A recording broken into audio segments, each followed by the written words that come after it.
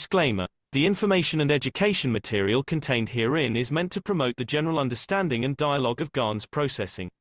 Such information is not meant or intended to serve as a substitute for a healthcare professional's clinical training, experience, or judgment. For patients and individuals, such information is not to be a substitute for professional medical, therapeutic, or healthcare advice or counseling. For medical issues or concerns, including decisions about medications and other treatments, readers, viewers, listeners should always consult their physician or, in serious cases, seek immediate assistance from emergency personnel. Prescription information, procedures, and use of medical devices information should be undertaken only by properly trained and certified medical personnel. We specifically disclaim any warranties, express or implied, including implied warranties of merchantability or fitness for a particular purpose. Such information is provided, as is, and is believed to be accurate at the time of its publishing, but it is the viewer's job to evaluate the accuracy of any information found in this presentation. Every case presented is of their own experience, applied by themselves for themselves, and it applies to their case only. Every person experiencing health problems should seek professional medical advice and consult their course of treatment with a doctor.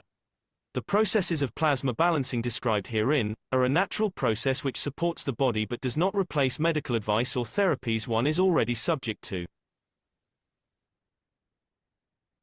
Thank you very much, ladies and gentlemen. So welcome again. And I thank everyone who is representing us from the other continents, because it's not just a North American team meeting. This is we're part of the Earth community, and all of us are part of that Earth community. So here we are on the front lines, not only seeing what's transpiring, but we're very much intimately involved with what's going on, because this is basically this is the way it is. This is the Keshe Foundation Spaceship Institute teachings on plasma science. And we've been discussing basic transmutation. Today's topic is magnetical balance. My name is Alexander. I'm from Canada, September the 29th, 2024. This is Keshe Foundation North America Plasma Education Series. So as you see, it's been a continuation of a long list of classes. What we've been trying to do is to make this a welcoming experience for new knowledge seekers, because we have multiple thousands of hours of teaching that extends over a decade now in the public domain. And for a lot of people who are wondering, they've never heard about this before, and it's a matter of looking in the right place. We continually urge science to do the same things. And so if you keep looking in the wrong place, you keep getting the wrong answers. And so as we're not trying to be arrogant in that process, what we are trying to do is answer some questions that we've had on a lifelong basis. And in that process, it has upset our balance, really, because what we have been taught is not really the reality, because when we come down to applying what we're taught, there always seems to be some kind of little failing, and then we kind of gloss over it or fudge it, as we like to say. So it's unbalancing in our life. And of course, we all want to be grounded, and grounded, of course, means gravitationally balanced. We're going to talk about magnetical balance today and see what is the difference. So as we are understanding, we are on that hesitancy highway. And the reason we like to be on that hesitancy highway, even though it's the lowest energy state, we know that life is a hard road to hoe. But, you know, as we are chasing our dreams, maybe it's like chasing our tail like a dog. And so we find that what we are is what we give our time and attention to. And excuse me one moment, please.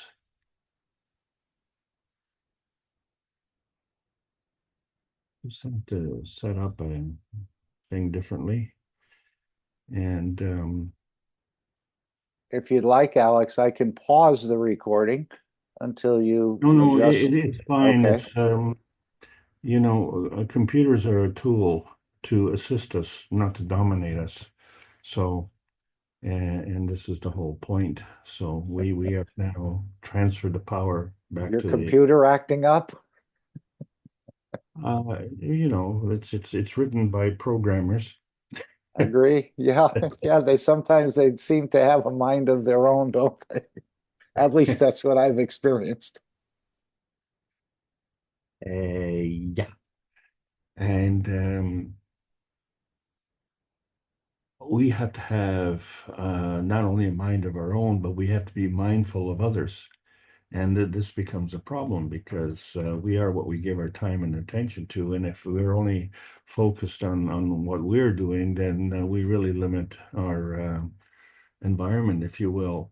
And so we're always asking, well, what is it that we're um, having a purpose in life for, and is it a mission?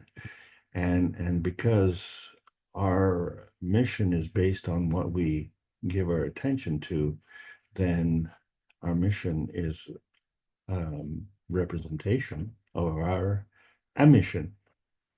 And we want to ground ourselves, don't we?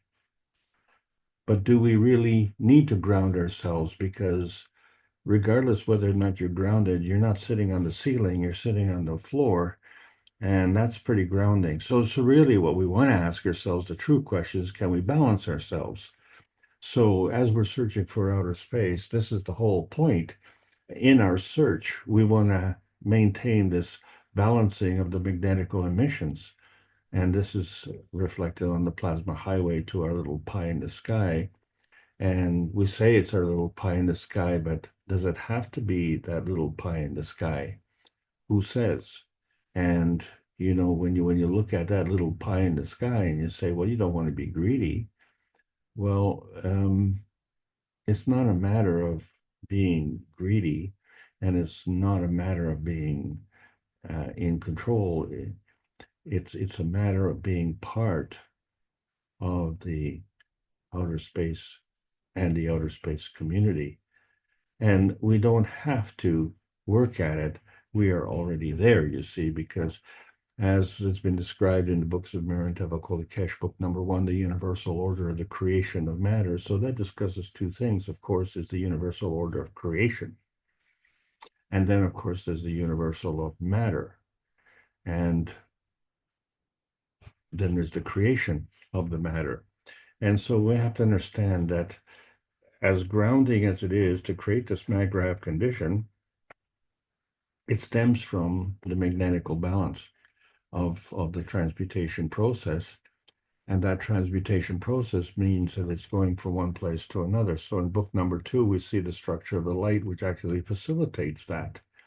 And it too has to be, well, magnetical in structure, because if you want to give, it has to go somewhere.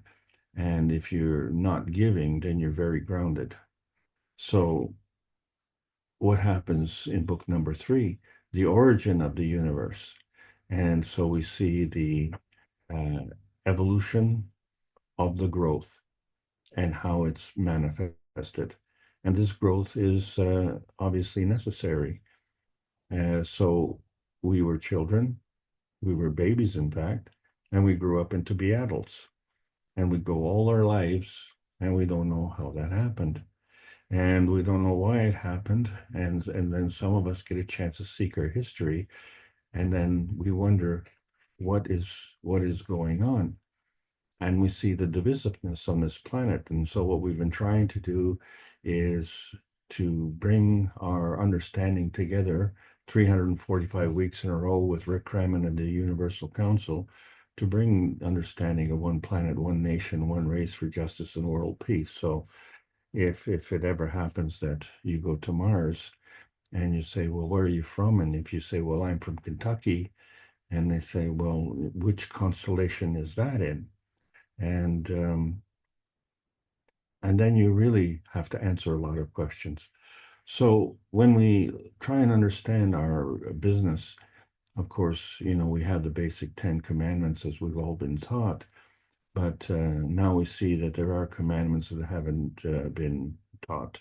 They have been hidden, if you will, and taught in some circles, but not in most circles. And also the problem is that there's not a completeness of the understanding.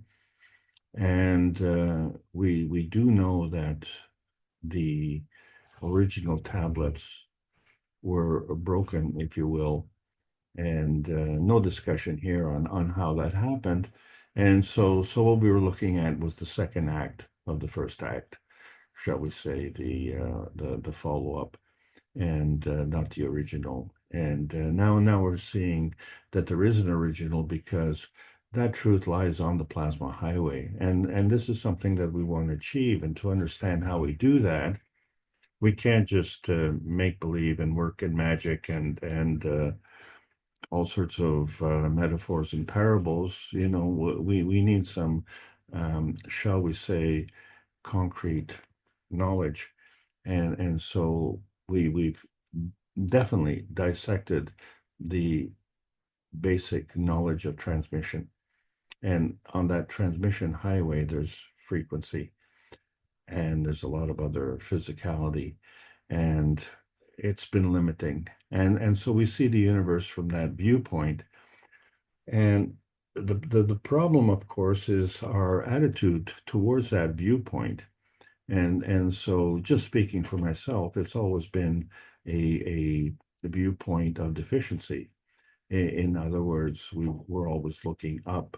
We're always looking at, shall we say, more advanced civilizations, not recognizing, of course, that we're the advanced civilization, and the advancement is the ability to transmit on the physical highway. And one of the benefits of that, of course, is the beauty of the life in a different form, but also one of the detriments of that is that it allows a delay in consequences. And so that leads to abuse. And that's where the problem is. So a lot of people are understanding that there is some kind of transition highway, which means that we weren't born with these intentions to abuse. We were born with the essence of the creator, and we've adopted as an affectation the abuse on the physicality. And so many are now going through back to the transition highway and saying, I don't know where I fell off this highway. And I know that that highway exists because the practical application of everything that I know is deficient, has some degree of failure, some degree of lack, some degree of wanting. And all of this becomes part of the transmission highway. So the transition highway is something that has been missing, and we've discussed that, because we need to go from that transition highway as a means of connecting us from the transmission highway to the transmutation highway. And getting to that transmutation highway, we've been discussing that in the basic form. So first of all, we had to understand that it exists. And second of all, we know that we have this feeling. And so when we look at our MAGRAPH pie chart and we have all these energies coming together, and we see that, there's something missing, because we're only seeing just a part of the pie. We're not seeing the rest of it. So what we do know scientifically is that the speed of light is the constant transmission, but mysteriously the speed of light has a variable transition. And so we're just wondering if the speed of light is just part of the pie, or is our understanding just a part of the pie? And, which part is it? So if we get down to basics, which is the universe, and we see that the universe is 99% hydrogen, are we reluctant to admit that it's 100% hydrogen? Or do we always have to make a reservation because the rest is garbage? Or is that rest the conflict between affinity and prejudice? And so in our understanding of the terminology, what we find is that the X, Y, and Z axis are all part of three dimensions, and as we've discussed, three dimensions of transmission. And so if we are going to go through a transition, we have to have three dimensions of transition. And so I think you're starting to see the pattern as we've been discussing this transmutation in the basic classes here, is that it is just one of the transmutation dimensions. And so these dimensions are actually the medium, aren't they? Because they're certainly not the message.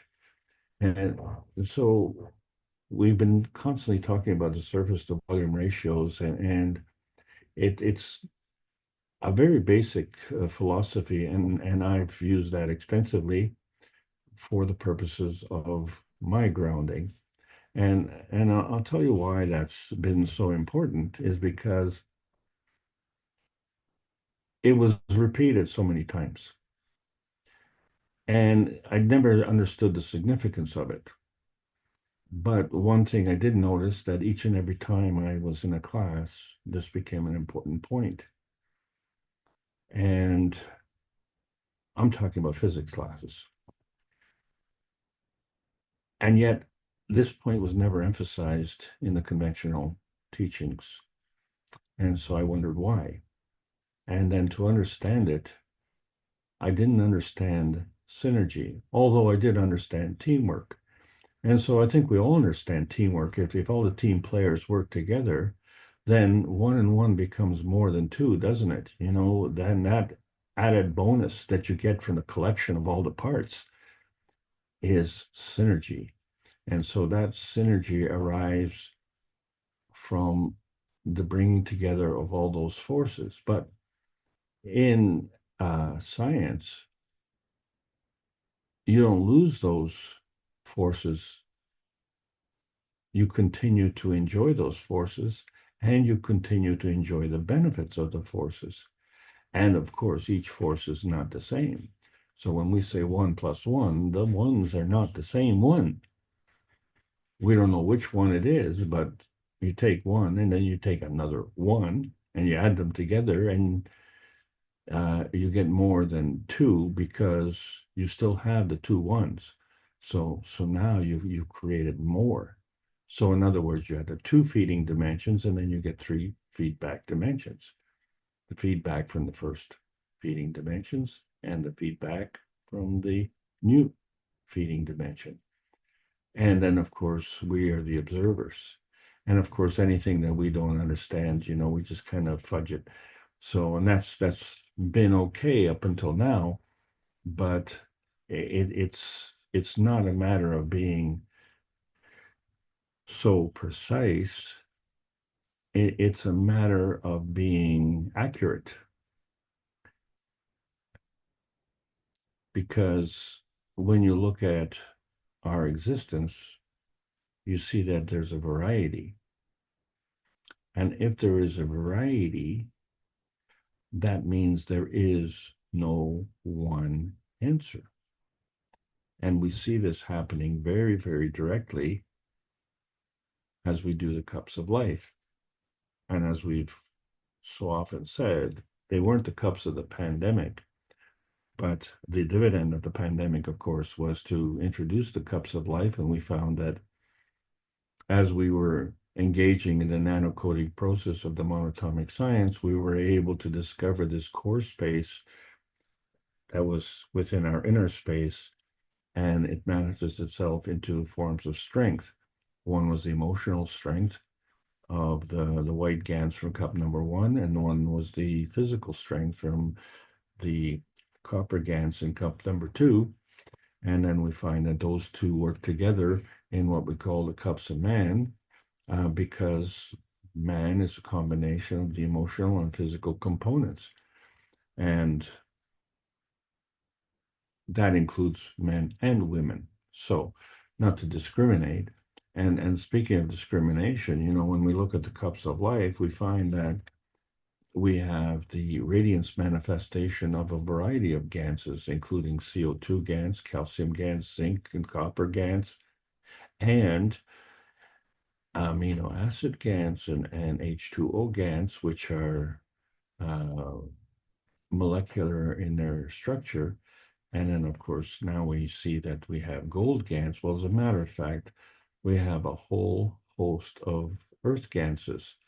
And as a matter of fact, even though we have been playing around in our kitchens at home with the GANSes, Earth has been playing around with all the other details and has been doing a very, very good job. So as these elements have been isolated, we find that the Earth has been exhibiting its own kind of prejudice. We're going to put copper there, we're going to put gold there, we're going to put oil there, and, you know, we call these mines, and each of those mines becomes a fountain of commercial benefit in that particular element. And so we develop this prejudice. And that's why I call it the periodic table of prejudice. Now, that's pretty important, though. It's not meant as a derogatory thing, because if we didn't maintain a prejudice, let's say, for instance, if our kidney wasn't prejudiced, we wouldn't have a kidney. We'd have a kidney mixed in with a whole bunch of other stuff. And what kind of kidney would that be? So fortunately, the kidney is prejudiced, but so is the liver, and so are the lungs. And so we have these different organs. And then within these organs, we have different organelles.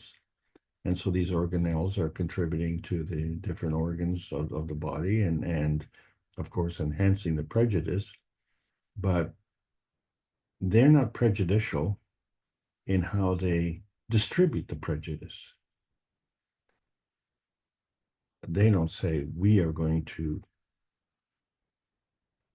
emphasize the copper today, and tomorrow we'll do some gold. Or we're just going to do some pancreas today, and maybe we'll get around to the heart tomorrow. Doesn't work that way.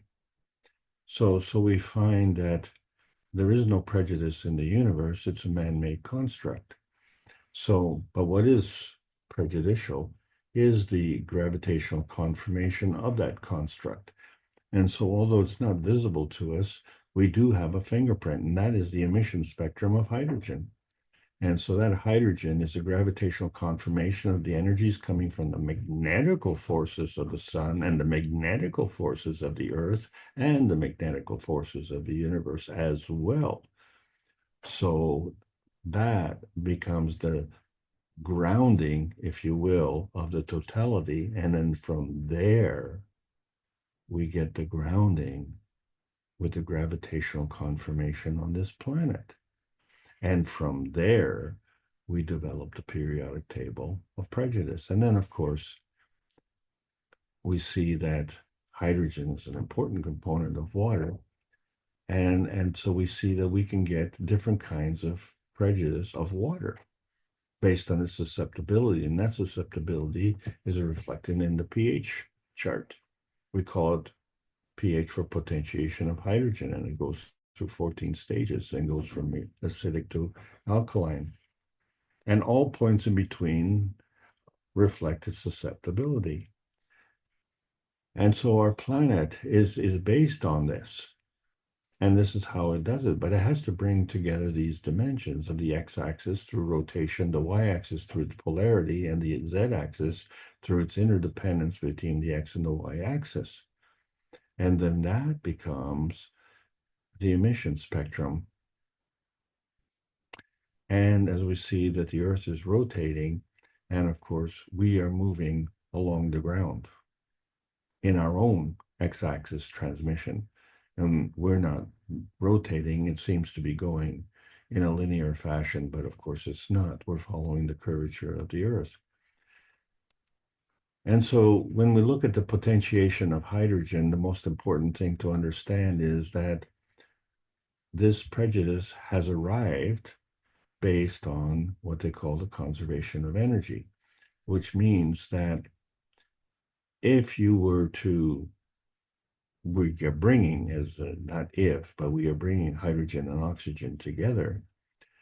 In that process, we don't always get the same thing. The pH of the water can change. And so the pH means that there's an acidic content and there's an alkaline content. And at the point of 7, which is neutral, the acidic content could be pH of 7, but so could the alkaline. And so we have to recognize that at the pH of 7, we really don't know if it's alkaline or acidic. And so we say that it's neutral. But how can you say that? The only way you can say that is if you combine the two. So the 7 acidic and the 7 alkaline coming together gives you a pH of 14, and that is the pH scale. So what that means is that if we continue in that vein and keep splitting the water by different potentiation layers, so in other words, if you have a pH of 6, in order to maintain that pH level of 14, then the opposite pH would be 8. And so we understand we create both. And 5 and 9, we create both. And 4 and 10, we create both. And in all cases, it's 14. And somehow these pH levels are changing. And this all becomes part of the y-axis transition. And we wonder, well, where does that come from? And so we find that that is a transition balancing that's going on. A balancing game? Really? And, we like to be grounded in our gravitational context. But you can't be grounded gravitationally if you're not grounded magnetically. And so we play this game. And maybe we say, oh, you know what?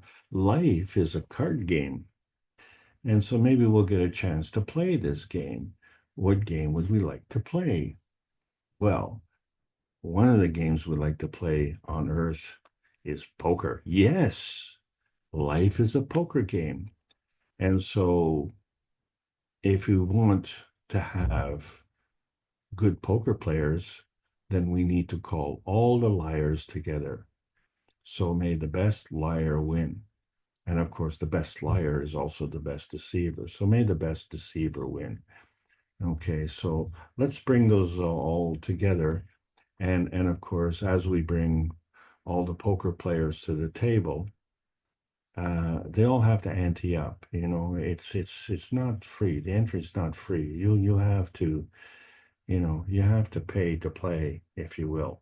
Okay, because you cannot play without any consequences. So that is a fact. Isn't that interesting? And those consequences are immediate. Isn't that interesting? And so, before we deal the cards, we'd like to cut the deck first. And so we'll get back to this game a little bit later. So we're talking about balance. And so it becomes a balance as a two-way street. So the acidic condition actually becomes alkaline forming, and the alkaline condition becomes acidic forming.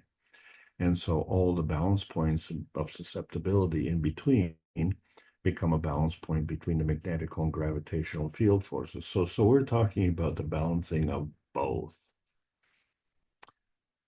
So the one field that we really understand is the matter plasma.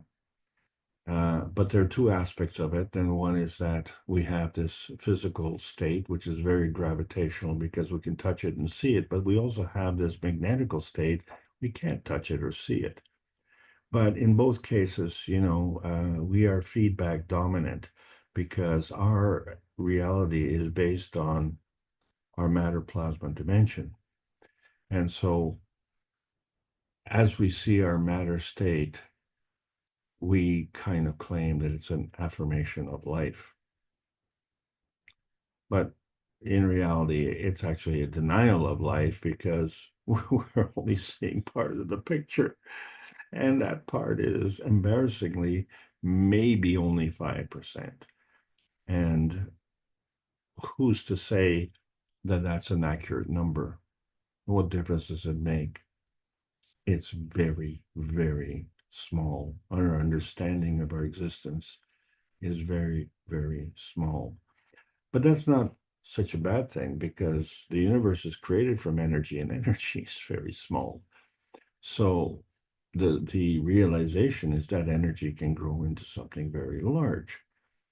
And so we can't stop this energy. The energy is always in motion and is always positive. So the charge, in fact, positive and negative, reflects on the direction. And that's the direction of motion. And if there's a direction of motion, there's a coming to and a going from. And as we see in the cover of The Structure of Light, in book number 2, we see it comes from one mag-grav condition to another mag-grav condition. But in our matter plasma understanding, we go from one place to another place. But in the plasmatic understanding, we have to recognize that these places don't have to be in the same energy state. And so we have to recognize that the manifestation of the physicality doesn't just come from the physical state, but the manifestation of the physical state comes from the plasmatic state. Because it's in the plasmatic state that we can take these energy packs we call energy in motion and put it in a parcel. And then we can see that there are field forces from these energy packs. And so we see that not only are they balanced between the magnetical and gravitational field forces, but there are also directions of flow. And so those directions of flow are what we call the negative positive. And so in the negative charge principle, the negative gives and the positive takes. And of course, we like to give and take from ourselves, don't we? After all, we are playing poker, right? So we want to take the pot, the whole thing. And so that becomes the binding energy where we run around in circles, giving and taking from ourselves and stealing from others. But energy can also be flowing. And we have to understand that if we want to advance. And not only that, but we have to understand that there are sequences. So the gravitational feedback is the laws of attraction, and the magnetical feeding is the laws of repulsion. And we are the last man standing. We make the choices. You know, mommy's not there playing poker with you. You are the poker player. And so you can turn on and turn off the feeding, or you can increase or decrease the strength of your hand, or you can enhance or diminish your positioning. But unlike in poker, where the stronger eats the weaker, in the plasma science, the stronger feeds the weaker. And the reason for that is because that's how life is created. So when we look at this energy parceling unit, we see a great inequality. We see the mass of the oxygen very large compared to the mass of the hydrogen, and yet we have a round mag-grav, and this is a balance. We're talking about the magnetical balance and the gravitational balance. And so the magnetical and the gravitational relationship are also in balance. And, you know, when we look at the mathematician Dino Kraspedon, and he was talking about a mathematical residue, we are the mathematical residue, aren't we? And God is a set of mutually perpendicular lines of force oscillating upon themselves. And so we find that the energy goes from one point to another point, but since it goes in 3 dimensions, it has to follow a different path.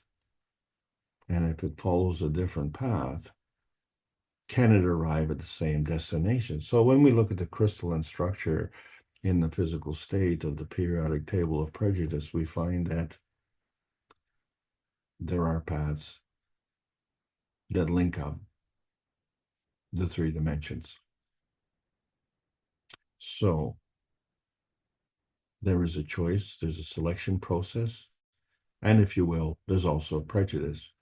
But the bottom line is that all come from one corner, one connection, and arrive at another corner and another connection.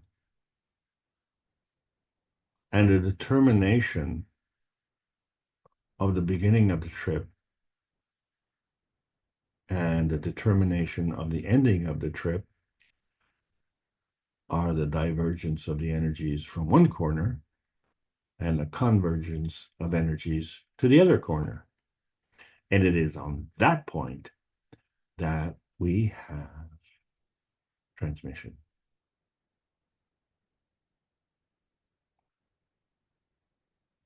That's fine in the physical state. We call the physical state the atomic state. But we find that we can nanocoat our atomic state. It becomes monatomic. And then we can go to the GAN state. And all three of these states are physical, but they also have an affinity. So they have a prejudice and they have an affinity. And so this all becomes part of the matter-gen convergence susceptibility. And it's this MAGRAV energy transfer state that goes between these states. And there's a conservation of energy. So there's always a balance. So there's a gravitational balance. There's a magnetical balance.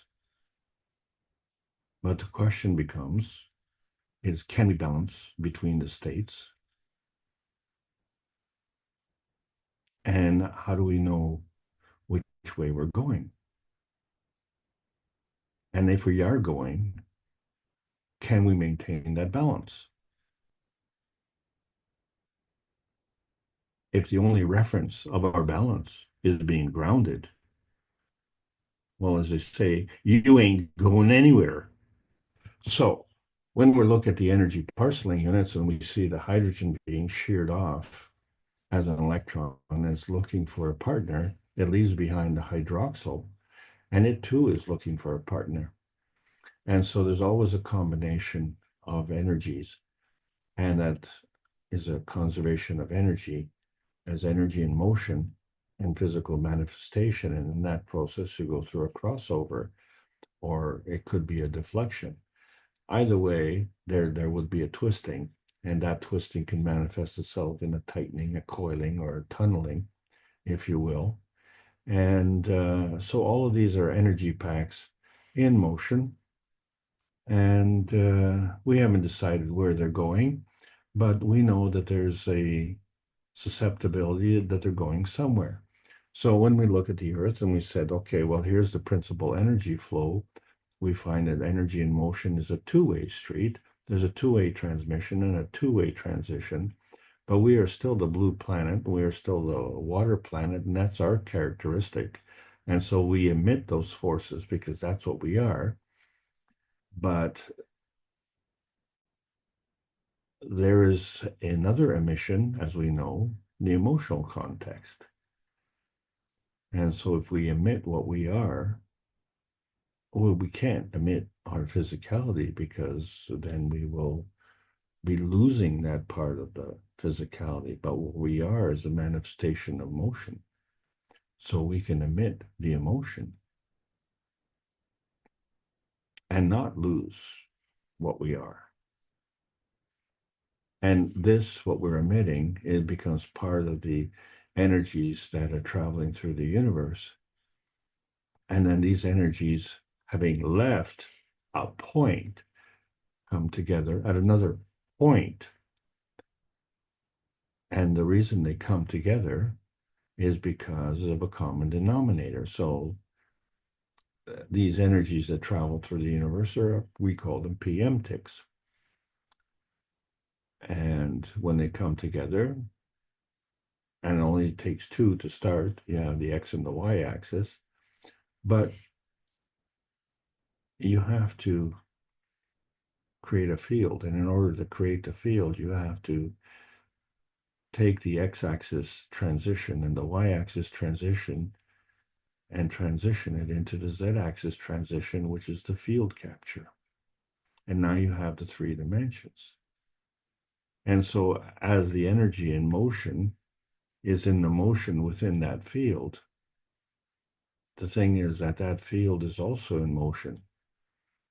And so it's changing its position. So what is the difference in changing of that position?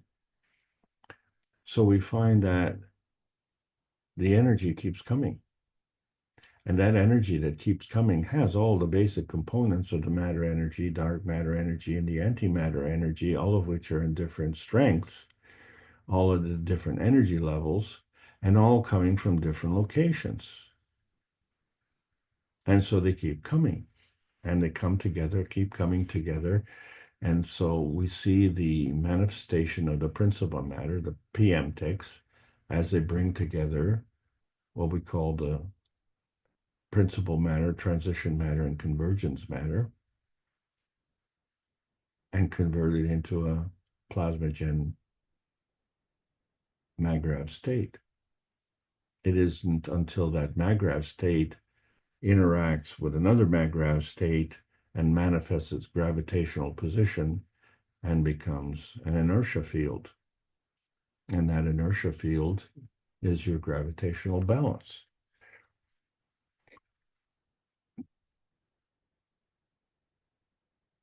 You cannot maintain a gravitational balance without having a magnetical balance. Because when you look at how the rotating field works together, it's not in a circle, it's in a spiral. And so there are gravitational fields and there are magnetical fields, and they're passing by each other. And so we have, shall we say, a spiral magnetical field and a spiral gravitational field, but they're intertwined. And so when we shuffle the cards, we could say that if you take the 2 halves of the deck that you cut and you interlace them, and maybe they're intertwined, and in this kind of format, you say, well, there's a linear interaction. But we know that we have rotating hemispheres of this planet, and these fields are interlaced and intertwined, but they have spherical interaction. And so if we're looking at this interaction, we say that if you stood on the North Pole and you look at the field rotation of the northern hemisphere, it would rotate in a counterclockwise rotation. And if you stood on the South Pole and you looked at the southern hemisphere, in other words, looking down on the southern hemisphere, it would be in a counterclockwise rotation. So we have a spherical interaction of a counterclockwise rotation in the north and the south. But if you're standing in the northern hemisphere and looking all the way down, taking into account the rotation of the northern hemisphere in a counterclockwise rotation, you would see that the southern hemisphere is rotating in a clockwise direction. And does not create a conflict. And so when we understand our emission of attention and the emission of intention, we find that the emission is the launch point, and it goes to a target point, and that target point returns from its launch point back to our target point. And so when we look at the emission of our physicality, we call it the aura. The dynamic plasma interaction is then beyond the aura. It's one aura to another aura. So the thing we didn't say was, what is the gravitational context. We're having exclusive reference to the magnetical context. And as a result, because of this giving and taking of energy, we're talking about the magnetical balance. So let's go back to our rotating fields, and we find that these rotating fields have an aura. And that aura then becomes the emission of intention. So the rotating hemispheres on the one sphere create a unified emission.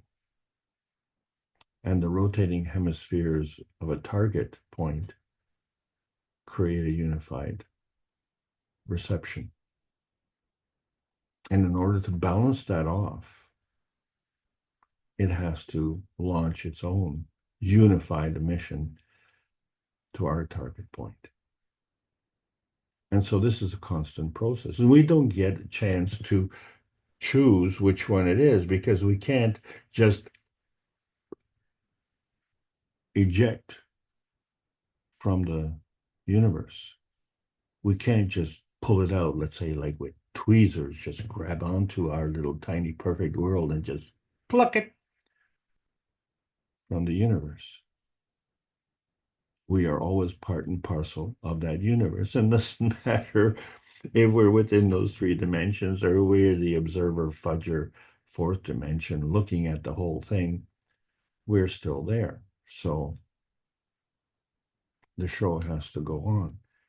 And one of the shows is the black hole show. And again, what's interesting, as we said, if you stand on top of the North Pole and look down, you would see counterclockwise rotation. But if you stand on the Southern Pole and look down, you would also see a counterclockwise rotation. So when these two come together and they are intertwined or interlaced, and they have this spherical interaction of these supposedly two counterclockwise rotations, there is no friction, but the coming together of the interaction becomes a black hole.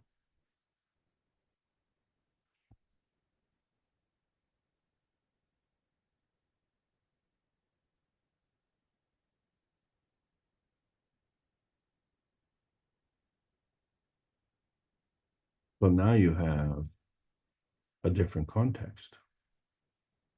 This becomes your inertia field.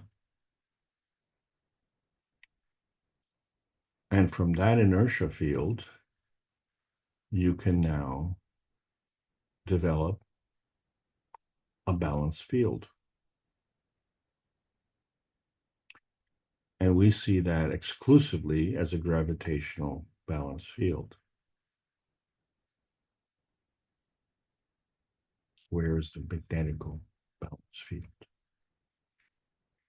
So if we shuffle the deck a little differently, and so it doesn't become a linear interaction, it's a spherical interaction, but if we just change the angular interaction, then we find we're able to, shall we say, interstitially integrate these interacting hemispheres. And so along one pathway, there's a gravitational interaction, and along another pathway, there's a magnetical interaction, and there's no friction, but there is an angular interaction. Let's talk a little bit more about these angular interactions, because as we said, we have multiple points and we have connections from a point to a point.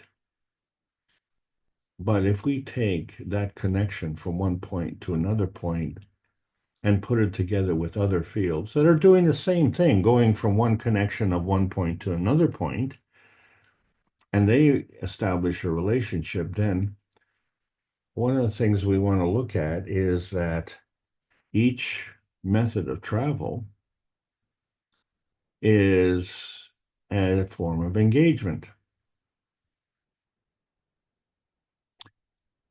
So when we say disengagement, we were talking about the opposite kind of engagement.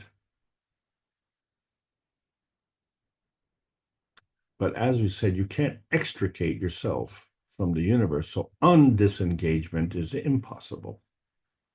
But what is possible is that you take the travel for the Z, Y, and X axis here, and you just flip them. So we still have engagement, but it's opposite. And in that opposite engagement, it creates a disengagement. And so we see that this polar flipping and how it in fact affects our DNA positioning. Because the DNA is the same in each and every cell. So if the DNA is the same, it cannot be what is accounting for the variety. It cannot be what is contributing to the uniqueness. The only thing that is contributing to is that it's within the field. But within the field, we have the soul of the man, the emotion, the physicality, the soul of the body, and a whole bunch of other things. And they're constantly flipping around. And of course, we know everything, and the ancients knew nothing, even though in the Chinese teachings, they already had the 64 codons, and they were basically set up as on and off switches.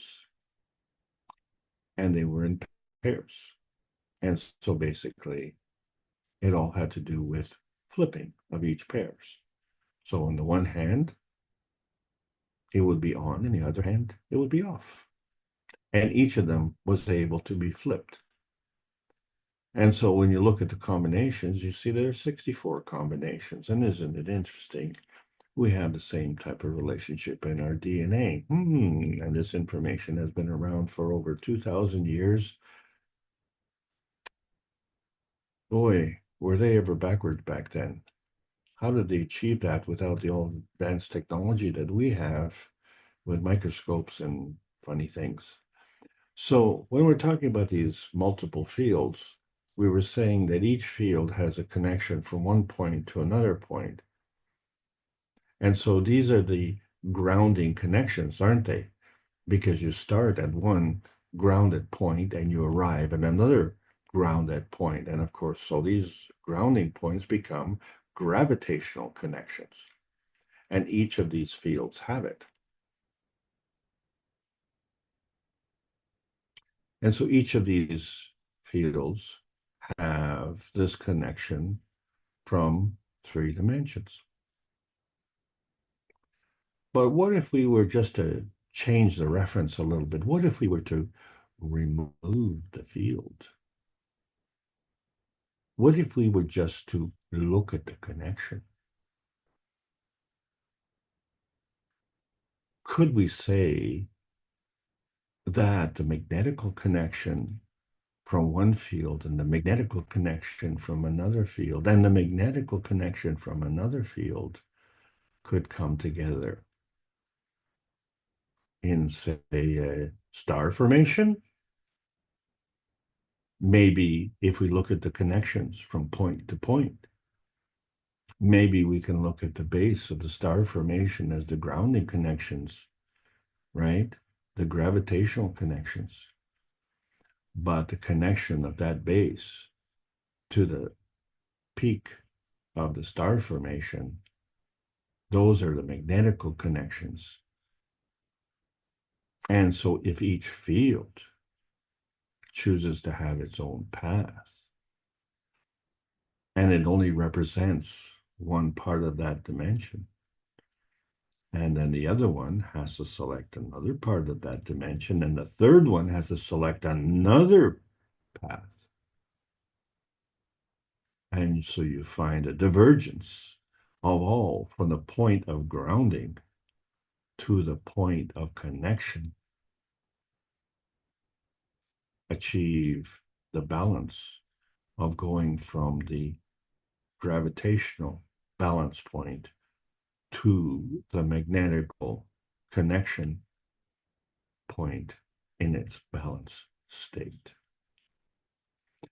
So if we see then the frozen Gantt ball, we see the gravitational core. That becomes the cornerstone of the Gantt. And from there, the magnetical hairline emanates. And they rotate in hollow tubes. But the fields themselves don't rotate. There's just a roundness to the multi-directional emission. And they all seem to be well organized and, shall we say, in magnetical balance. So this is what we're looking for. We're looking for anchorage as some kind of commemoration or some kind of idolatry etched in stone. And if it is etched in stone, we can suggest that that's an acknowledgement as confirmation.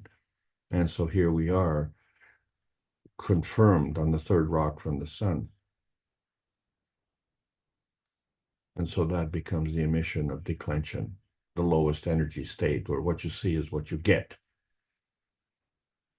And yet the stone has a soul. And unfortunately, it doesn't have much of a magnetical field strength. It's, shall we say, grounded. So the conservation of variability becomes a manifestation of the independent variables. And through that process, not only is there a gravitational stability, which manifests in the grounding, but there's a magnetical stability, which manifests in the magnetical balance of the giving of the field forces. And they are equally as important, despite the fact that they're weaker in relative strength to the gravitational field force that is taken into account at that particular point. In other words, when we're looking at the z-axis transmission dimension, which is the Maggrav condition,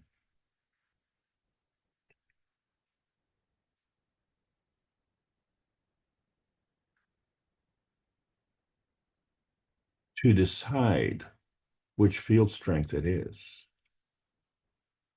it has to come from the gravitational stable point at the core and becomes a magnetically stable point on the pH table. In other words, the transmission, elemental susceptibility is the magnetical balance field of the gravitational grounding. At that point, in that position. And so here we are in terms of grounding, just discussing the cornerstones of science to understand the nanotechnology and even the pico technology. What is the relationship with the Gantt technology and the plasma technology? Where does their soul fit in? And so we find that all of these are channels for the emission of intention. And in our physicality, all we are working on is the feedback summary of all the touchy-feely things. And then we see that humanity is quarantined in this spherical Earth space. But we are not quarantined in the transmutation of life. We have to understand that we have this gravitational conformation of life on this planet because of the gravitational conformation of oxygen. And oxygen, too, has its gravitational footprint, the emission spectrum in color, identifying its unique position. But it came from the same place that the hydrogen came from, didn't it? And that was the magnetical balance of the sun and the magnetical balance of the earth and the magnetical balance of the universe. And that all contributed to the gravitational balance of the oxygen.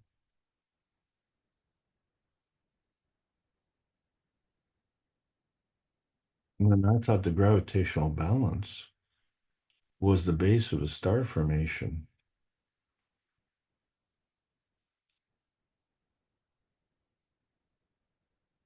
The base of this gravitational conformation is the convergence of the magnetical balance of these other three force fields. And these other three force fields of the magnetical balance fields balance off the singular gravitational field force.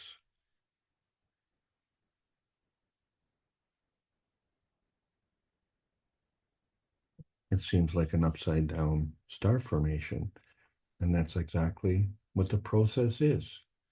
So when we're looking at the transmission spectrum, we're looking from the non-visible speed of plasmatic rotation to the speed of the visible transmission spectrums. So it's a transition from one spectrum susceptibility to another. So what we're seeing is the superficial physicality, but it is a manifestation of the internal substance of the plasma substrate. And so it all contributes to the gravitational and magnetical balance of the field forces. But when it's in that point of containment of that plasmatic interaction, and when it manifests in the physicality, then it becomes part of the visible color spectrum. But the visible color spectrum is only a part of the electromagnetic spectrum. And that only takes us to the ends of this spectrum, as it does to the ends of the pH scale, but does not account for what is beyond. And we can go one step beyond in both directions. So when we're looking at the principal matter interaction, we find that it's not only interacting within the field, but it's interacting within the different energy levels within that field. And we're shuffling the deck, aren't we? So we have the equatorial interaction along with the polar interaction, along with the other fields. So our gravitational interaction along with the magnetical interaction of our neighbors. And our neighbors only next door. So it isn't by distance. It isn't by location. That position is by nearness and proximity. And so the cornerstone of connection is this magnetical balance. And this magnetical balance is a reflection of our emotion, and the emission of the emotion is the connector. So everything is based on these relationships to maintain this balance of a Magravs condition. And it's a balance, it's not a neutral. It's just a magnetical gravitational balance. So we can't just be saying scientifically speaking, and we can't just say spiritual speaking. We have to bring the two together. And so the plasma science intends to do that, and thereby adding to the knowledge, not erasing or diminishing, clarifying perhaps, but most importantly, adding to the knowledge so that we understand that susceptibility conservation is based on the balance on the left side and the right side of the equation. And the equation talks about equality, the equality between the gravitational susceptibility balance and the magnetical susceptibility balance. So then we see the principal interaction then extends to the two-way emission of intention between two fields. And those fields cannot or do not have to be in the same energy level. So we know that the sun field is in a higher energy state than the Earth's field. And yet the two are interacting on a daily basis. And fortunately for us, it's unconditional. So within our conditioned state, so we have this atomic Magrav state, and we have this monatomic nano state, and a polyatomic GaN state, and this plasma field state. And then we have these states in between. And from these states, we can go between to one step beyond or one step back, except when we get into the lowest energy state, where do we go there? We have this barrier. Well, we can cross that barrier and go one step beyond. We know we can go one step beyond the other. And so we are in the process of going one step beyond. And the first step was the Sanya conference in the spring of 2024. And we found that gold in them Dar hills. And in fact, those hills were in our pocket. How easy is that? So we all make a path choice. It's based on path link and susceptibility. So the emission of attention balances off with the emission of retention and interacts to create the emission of intention. And there is no friction. There is no point of conflict. There is a conflict resolution and there's a point of containment. So this point of containment that we call energy binding, that's on a self-serving basis, is very important. But not when we do it at the expense of others, because it actually does burden us. Because now we interfere. And when you interfere, there are consequences. So they become binding. So when the higher strength feeds the weaker strength, you create a binding zone. But it's not a conflict point, because a conflict point is baggage, and a binding zone is part of the creation. And part of the creation is what the creation is about. That's the plasma rule. That takes us from the Earth-space gravitational field, which is our present physical manifestation point, and as we target outer space to get into that some other space, and it too has a gravitational manifestation point, but there's this point in between, this what we call materialization and dematerialization process, which is a flopping of the gravitational to magnetical balance to the magnetical to gravitational balance. And it's all equal and it's all part of the reality dimension. And it manifests itself wherever we want to be, wherever we choose to be. And so we have to have our antennas up, because this choice that we make is based on what we're feeding.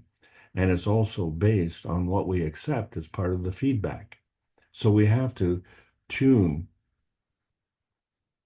to the proper transmission if we want to affect any kind of transition, and understand that if we select one force that is magnetically balanced, it forces another gravitational force, and it too has to be balanced.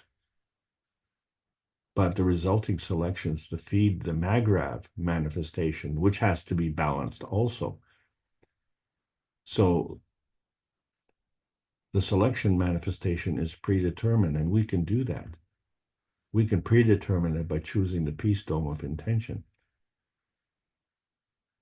So the emission of intention affects the standard folding deviation of everything in the creation, leaves no room for war. And that's why the transmutation manifests in balance with the P stone. So the plasma balance, of course, is affected by the knowledge and wisdom, and that can give you a deeper insight, but experience will change your perspective and allows you to reflect on life. And when you do, you can see that misconduct becomes really harder to rationalize, and any historic reference to that becomes meaningless because the pH balance is a polar balance. The plasma balance is uncut. And the dependence of any state and the transcendence is also uncut. So the speed of rotation of any field is interdependent and manifests in both plasma states and matter states. So if we were to chart the pH of maggraphs, we find that there are many points on the prospective state, and the speed of rotation affects the transmutation transition.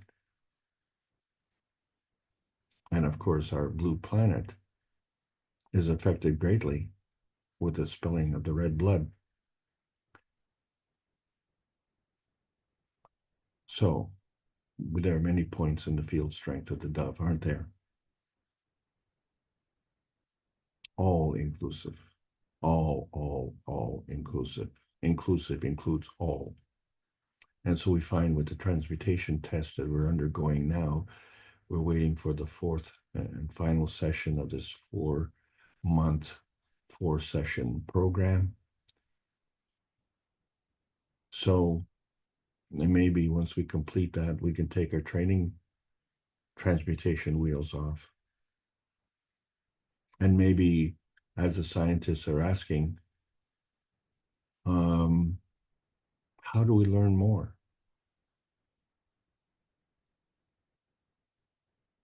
So there are research teams needed to make more discoveries, because what we've discovered is basically what we don't know.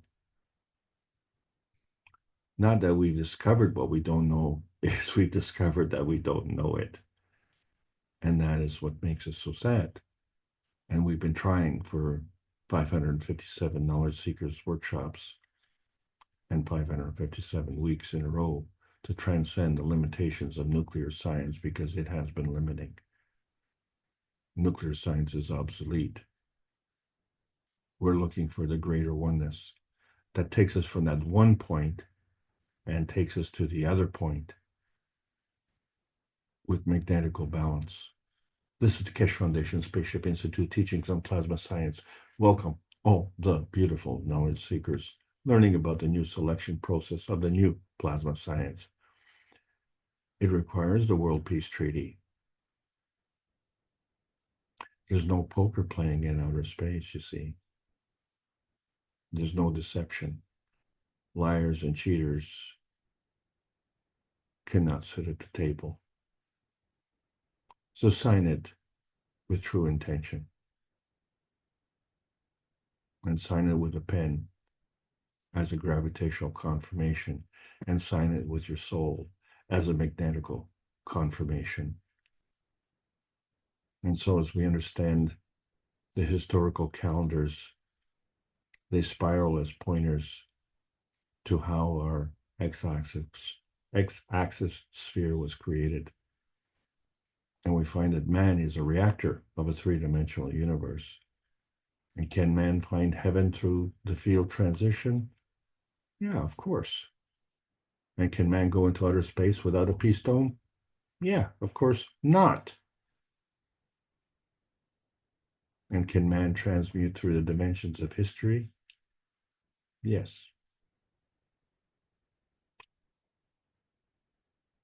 As we're seeking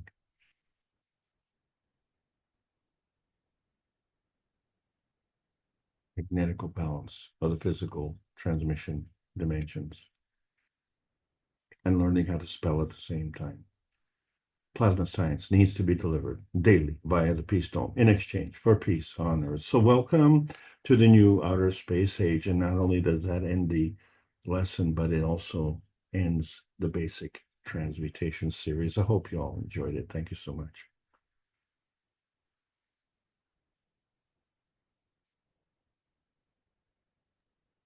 Thank you, Alex. Another interesting presentation. Let's see if any of the participants would like to perhaps ask a question or take exception to anything you've said. I think you can handle any exceptions as well. So let's just see if anyone would like to join the conversation.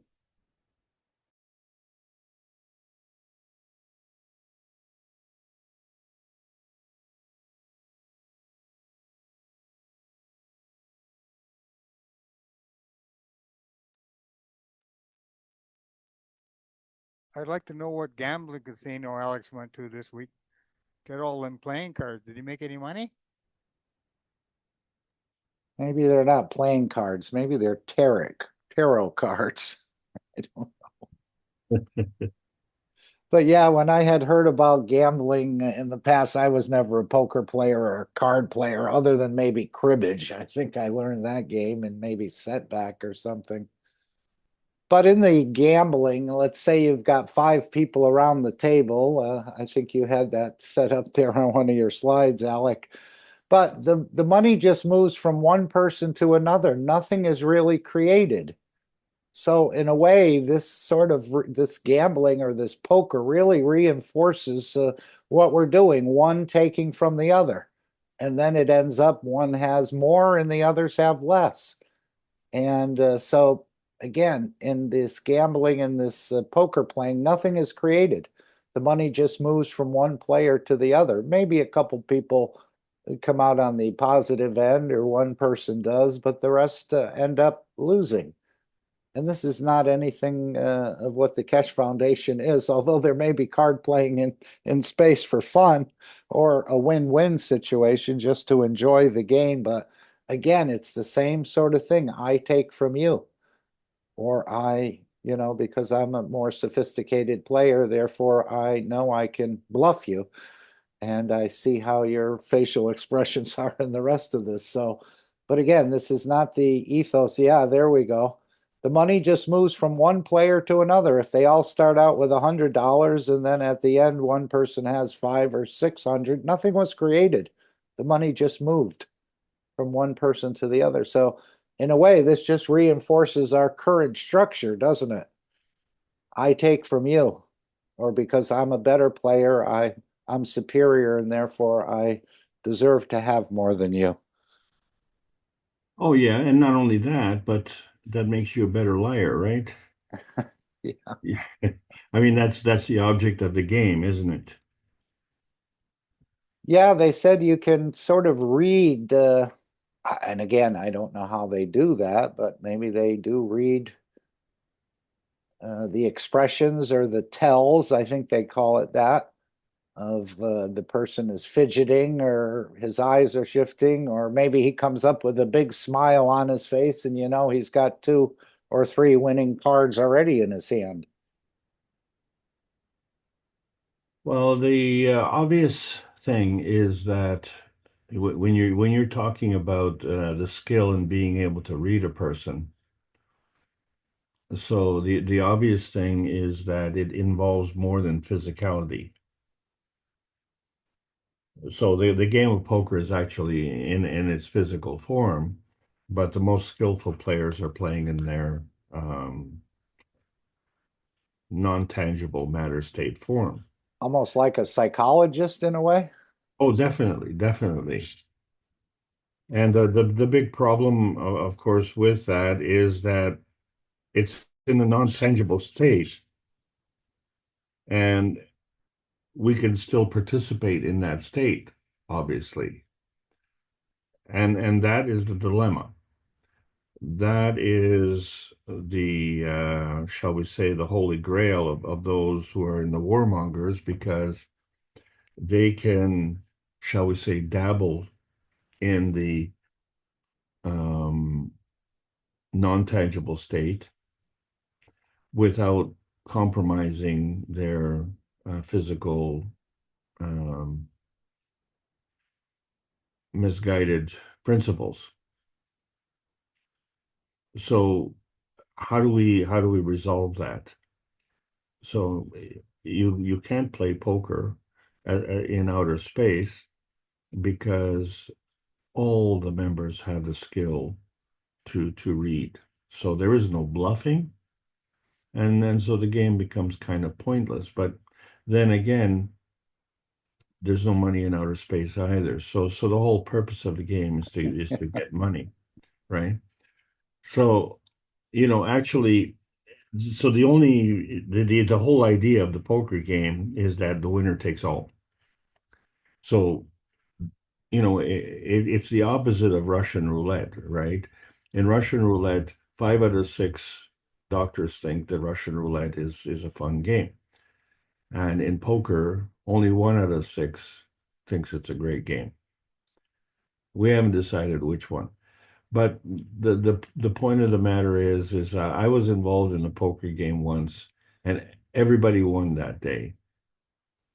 And why was because we had a chap, and this is a true story. The guy had just come back from vacation to Mexico, and Mexico, of course, likes to have a lot of jewelry, and a lot of it is made from silver and is high purity and was extremely cheap. I mean, extremely cheap. So Mexico is almost considered like the dollar store of the silver jewelry market. And as he was in his excitement showing us all the jewelry, of course, he had to show his wallet, which was filled with money that he didn't have to spend on that cheap jewelry. So we took it all. It only took half an hour. And the amount of money that we took was more money than each of us brought to the table. So the poor guy told us a story for half an hour and had to leave. And I know it sounds cruel, but gee whiz, everybody was happy that day.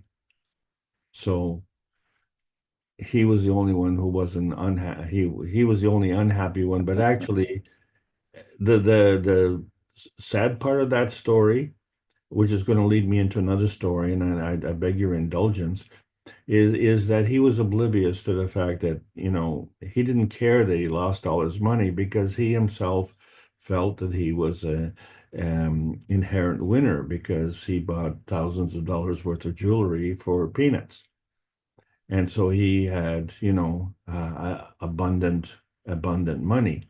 So the fact that he lost, more than a week's wages in half an hour at the table, he was really not very upset about it.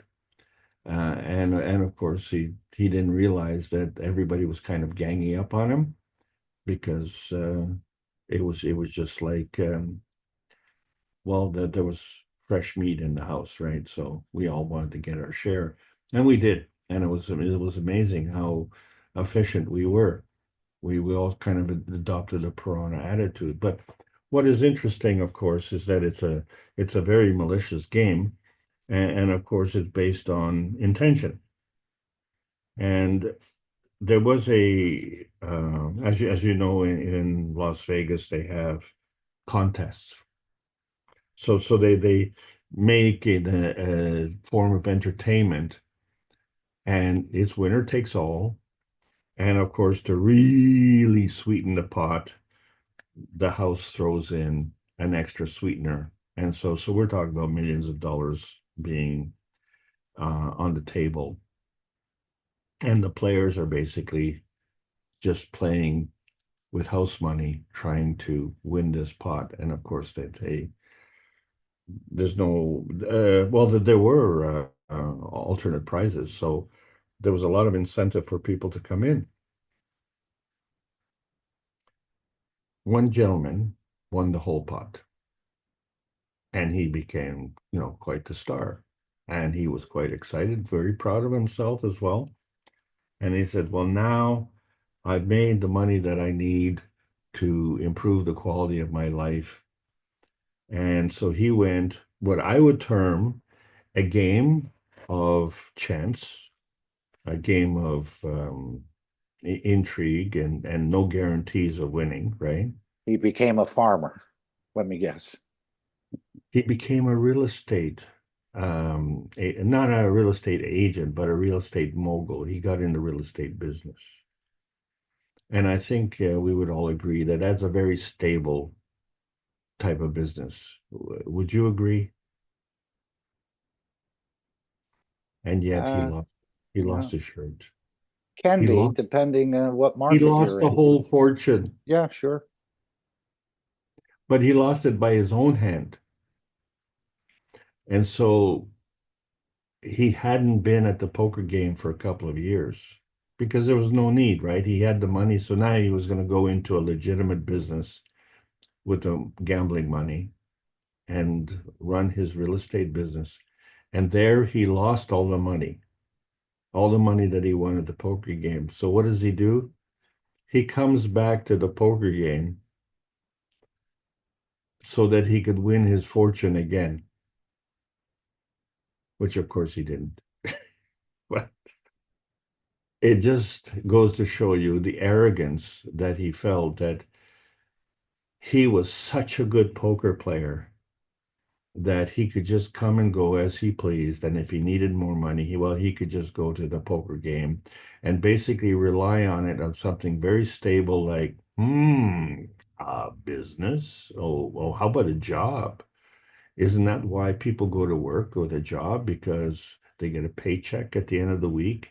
And in most cases, that check is stable, reliable, and regardless of the work that you do all week, you're still going to get that check, you know. So where is that check in doubt? Or where is the reward in doubt? Well, let's look at a soldier of fortune. They are in it for the money. Will they get to spend that money?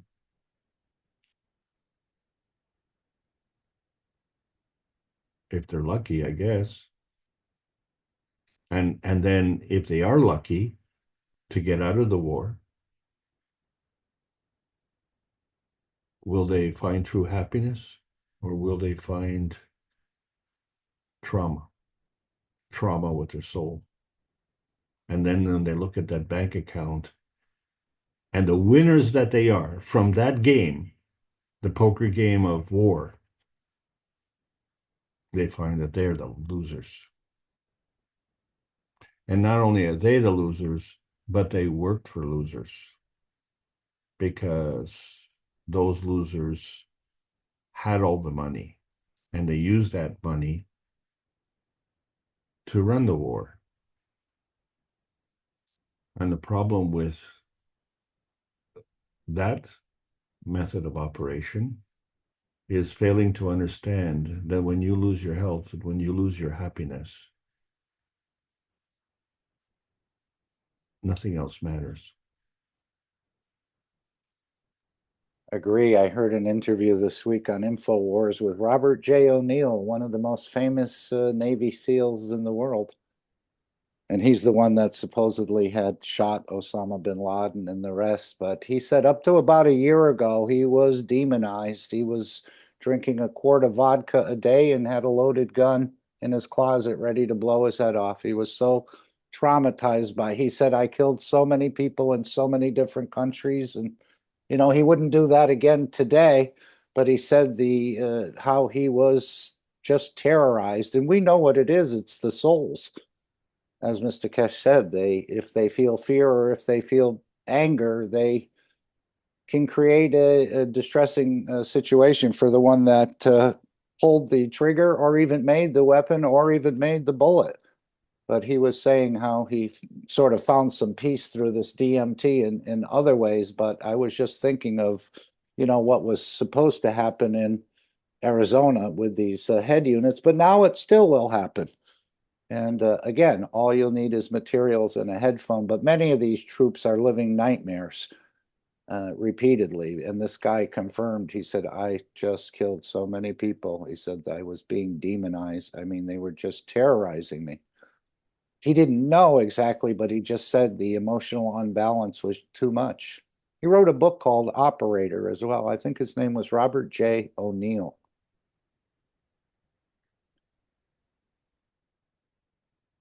I want to thank Maggie Sullivan for making these cards. She's a teacher, and she was just kind of fed up with all the negativity that students uh, in her elementary classes were subject to. And we all know that learning is fun. Yeah, I thought you had some interesting captions on those cards. I thought you put them on there where you had the 5 or 6 cards on the table. Respect, bravery. Can't quite read the other one there. Does it say Truth, butterfly? No. Can't read that. honesty, Let me wisdom, enlarge it. Oh yeah, honesty. Okay, I thought it was butterfly. I enlarged the screen a little. Humility, wisdom, and truth. Yeah. and those are just some of the cards. Mhm. So positive messages, and we have the choice. So who decides to do that? And do we have to say, well, the negative messages are because they were created, then they must be good, right? Because the creator created them. Yeah, the creator created them, but he also allowed us to have a choice. So, is that what you want? So, as they say, you have to know when to hold them and you have to know when to fold them. Well, that was interesting what Mr. Kesh said in the transmutation. If you commit a wrong, there's no return trip for you. Now, I was mentioning that to another knowledge seeker. He says, well, if you're on Earth, you can always go to the airport and get a plane ticket to come back to where you started from. But I guess in space, if there's no return trip, you committed a wrong, Mr. Kesh was saying there you can't get back. I don't Oh know. yeah, there's always an excuse, right? No, I mean you have to really some people they're just not clear thinking. I mean, if you're playing in a big boys world, let's say like real estate, and you lose at that game, then what does it say about your understanding of life? And then what does it say about your skill at the poker game? In a poker game where you're dealing with liars, cheaters, and thieves, and you win at that game, and then you go into business and you fail, that means there's someone who is more skillful than you at those attributes that you have. So the reason is because you don't have the attributes to repel that. You only have the attributes to absorb that. So, the best sucker is a guy who likes to play the sucker games. And this is how they like to do it. And it's not always someone starting out in business. Well, I have a great idea, I need some money. And then someone who has money, they said, well, I ran out of ideas and so I ran out of money. Now what do? You don't have any ideas and you don't have any money. That leaves you in a really bad state. So, the privilege that comes from the control, you have to understand that it's not a life is not a competition in terms of privilege. You have a privilege that is given to you as a result of your skill. So you weren't a skillful poker player, you were just a skillful liar. And you got lucky because there's times in the game where you have to depend on the card that falls, right? So that card that fell, you could say, was a good card for him and it made him a good poker player. but it also made him a lucky poker player. But he chose to say that he was a good poker player as opposed to the others who are bad poker players. Oh, yes. They are so bad that he beat them, right? It wasn't that, maybe he had a little bit more luck than they had. Luck didn't play much in it, right? It was a skill. He had a poker skill. Well, go ahead, take your poker skill and go into real estate and see what happens when you meet real people with real stakes and real games. And you see the truth. And it's a very sad situation. And I had that sad situation with a friend of mine, As I said, well, can you help? I know some people who could benefit from cancer processing or Parkinson's processing, and it's fairly expensive, and they don't have the money. And I was wondering maybe you could help. And he said, well, no, I don't have any money to contribute. I just bought a new house. It's $4.5 million. Randy put a little funny play on words in the chat. I don't know if you saw that, Alex. There is no gambling allowed in the jungle, dash. Too many cheetahs. Cheaters. I got it. I got it. It's excellent, Randy. Very good. Very good. Yes.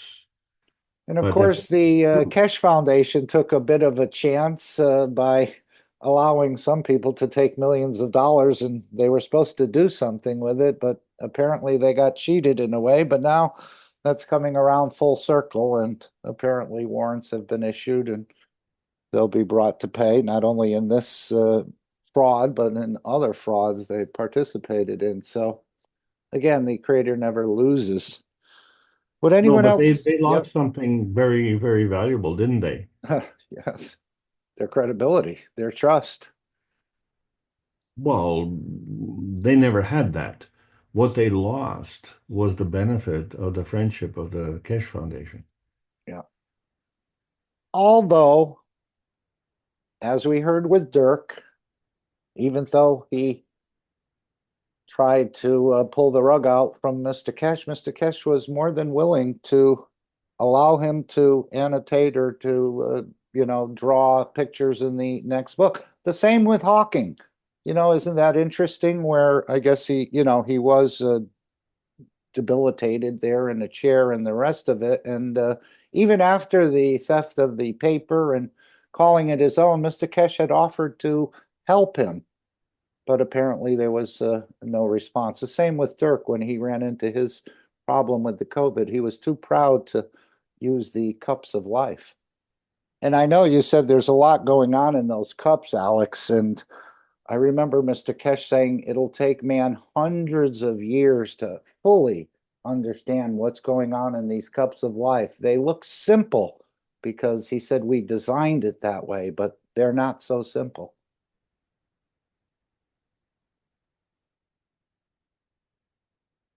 Anyone would like to raise a point or a question or share something? Of course, I was thinking about this transmutation, Alex. It's not like where you go through a checklist on an airplane where you check the rudder and make sure the tank is full and the tires have all. He said the transmutation would happen in a fraction of a second. So I don't think you have time to sort of measure all these. Do I have enough of this or do I have enough of that? Am I correct here or there? If you don't have it, you don't go, I would imagine. If you do have it, you do go, but it's not like you have to make this checklist. Check the gauges, check the switches, the flaps and the rudder and the tail and all the rest of the things that they go through on a pre-flight test, let's say, and they all do it. I mean, that's just to my understanding. This happens within the fraction of a second if you're ready to go. Well, exactly. And if you draw a parallel to you going to sleep, do you go Right. through that checklist? Mm-hmm. Well, some people they I guess need you can. You can ask your you soul to start take counting you. sheep. Yeah. It's a 1, 2, 3, another, and then you start go to sleep. But when you wake up and say, well, how did you go to sleep? Oh, well, I was counting sheep. Yeah, well, what number did you come up to? Oh, I don't know. Well, we need to know, okay, because that would be the definitive answer how to go to sleep. Well, it's 5 sheep deep. Well, someone says, oh, no, I counted to 12. Oh, you have new knowledge. You have a 12 sheep deep knowledge. It just becomes absurd, and it all it becomes is a PowerPoint, a power program, a power thing of control. You know, Here we are, and what are we trying to do? And I'm talking, for myself here. Uh, I have exceeded my basic knowledge long ago, and I'm trying to follow the teachings of Mr. Kesh and how it relates to what's going on this planet. But I have to look at it from my point of view and based on my knowledge. But my knowledge is so limited. So how do I do that? And I basically admit that I have to do it by looking at what I don't know and why I don't know it. And there's no reason to know it, except it comes up. It's a nagging thing. Oh, I don't know why that is. Well, let's try and apply some plasma knowledge, basic plasma knowledge to that and say, oh, well, I was of the notion that this is how it worked. And then you say, well, it doesn't work in all cases. What happens if you flip your knowledge around? Would it work? And you say, oh, yeah, it does work. And it works in all the cases that it worked. But guess what? It also works in other cases where I didn't think it would work. Well, that tells you right off the bat that what you knew wasn't good enough. And what you're learning is better. So, we can turn around and say, oh, this hasn't been proven and that hasn't been proven. Well, our knowledge hasn't been proven either. So and I had this discussion with a very knowledgeable person recently, and they said, well, it's the proof. We need to have the proof, and that always comes up. And I said, well, but you already have the proof, and the proof is that you were born. So all the things that we discussed want to do what we're discussing, but will that also do what we were born? And it doesn't add up. That's the problem. So that means we have to abandon ship, if you will, and say that we're on the wrong cruise here. We have to get on a different submarine and go a different path. And then once we go down that path, check out what doors do get open. And you say, oh, well, okay, so all of us, when we came to the foundation, did we know what a maggraph was? Maybe we knew what a maglev was, but a maggraph, what is it? Well, it was a word that was, coined in as part of the plasma science. But what does it mean exactly? And it's taken a long time to figure it out. And now we've arrived at something that really hasn't been talked about very, very much, which is why today's conversation came up. The magnetical balance and everything we've talked about in this series led up to this point. So we were talking about the spheres, the cornerstones, the calendars, the speed of rotation, and the emission. And all of these were part of the magnetical balance. And what is the magnetical balance? The magnetical balance is our vision to the transmutation process. You cannot do it, first of all, if you're not balanced, and you cannot do it if you're not magnetically balanced, because the magnetical is the giver. And if you want to go, well, you better give. That's really what the point is all about. And where will you Yes. go? Where the grounding is favorable and conducive to your soul. And it's a point of prejudice because it's a point of prejudice of creation. So if we didn't have that, let's say, for instance, if oil and water didn't mix, we have an oily surface on our cells and we have water contained within it. And if that oil and that water was not exclusive, we would all be bags of mush.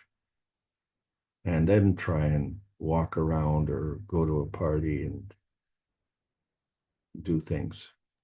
Just stepping away for 30 seconds. Be right back. I have to shut something off. And let the cat in.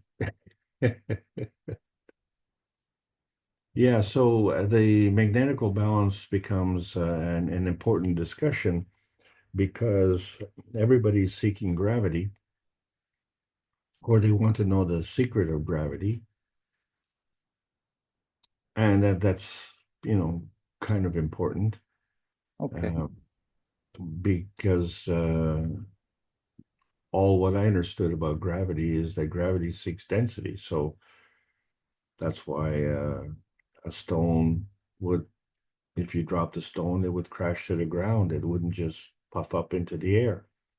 But if you let go a helium balloon, well, it would go up. So there's a difference. And the difference is both the magnetical and the gravitational balance. Since the two of them have to work together, one has to dominate over the other. And once you achieve that domination, then that indicates the direction of the flow. So that's the understanding of the technology. Now, where's the skill set? We're just talking about basic transmutation. That's, that's kindergarten as far as the plasma science is concerned. And it's a shame. It's a shame that after all these years, we're making that reference that we're basically, in terms of knowledge, in kindergarten. Well, we're not really in kindergarten in terms of knowledge because we were born. And you can't be born without the advanced knowledge, can you? Back to you, Mark. Thank you. Right. And as I mentioned earlier, I think you'd agree about the transmutation of fields into energy for the body. We're all doing that, aren't we? I mean, we're not aware we're doing it, but it's happening on a regular basis. Now we want to become aware, but this whole idea of transmutation, it just doesn't mean moving your physicality or energy to another dimension. You're already doing a transmutation, feeding yourself up to 80%. So we all have the capability of doing it. I would imagine the plants and the animals, well, the plants are probably much more advanced, as we know. They're certainly doing it at far past 80%, I would assume. But we're already all transmuting fields. So there should be no thing like, gee, I wonder what this transmutation is. It's something mysterious. We're all doing it. I just wanted to read at the end of the 31st minute in the 557 workshop. So anything created in the universe, from a stone to a plant to a tree to a man to an animal to another creatures in the universe, always have that line of connection, which is through hydrogen. Then you understand why in all the teachings I speak about humbleness. I speak about giving, what you just said, Alex, being in love with, because then you're not attached to the universal dimension and you're not attached to the physical connection, but you connect yourself because has no attachment. stays independently to the hydrogen, which is a line of connection to the soul of the plasma of the creator, which we all come from or came from. Sorry.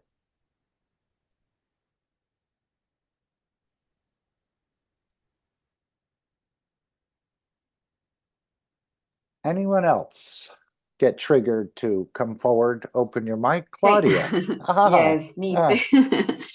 Thank you, Alex and Mark. This part of you that you read was, I think, so important. I was thinking today about this, and we have every day, the single, every second to change this, I think. To realize that all that you can do or everything that you want is already disposal. And only we can see is depending of your amino acids and your strength field. So I think every day you have to change or the possibility to change your strength field and see other things. And I think Mr. Cash, all the teachings show us these kind of things. And the last teaching he said about the detachment. So I think the detachment is the thing that can open and increase our strength fields and see everything that you want. Is a step that you can do. But in a deep way, the detachment, I was like thinking about in my routine, in my real life, what's this? It's a no desire to eat, it's a no desire to discuss or no desire to anything. So no desire, no necessity to sleep or to wake up. What's the meaning of this detachment? Is like they put your emotions like beside you and see that you are only light. And this kind of life that you have, it's only illusion, I think. It's my feelings. He certainly mentioned prejudice and racism a lot, Claudia, in this last one. I don't think you'll be able to go out into space if you're a racist or you're prejudiced. It just won't work.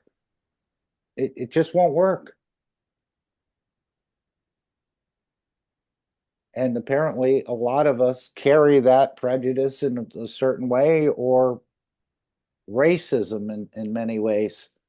Even though we're all the same and we're really from the same location, as he said, we're all in a way the same age as the creator, but we haven't understood that.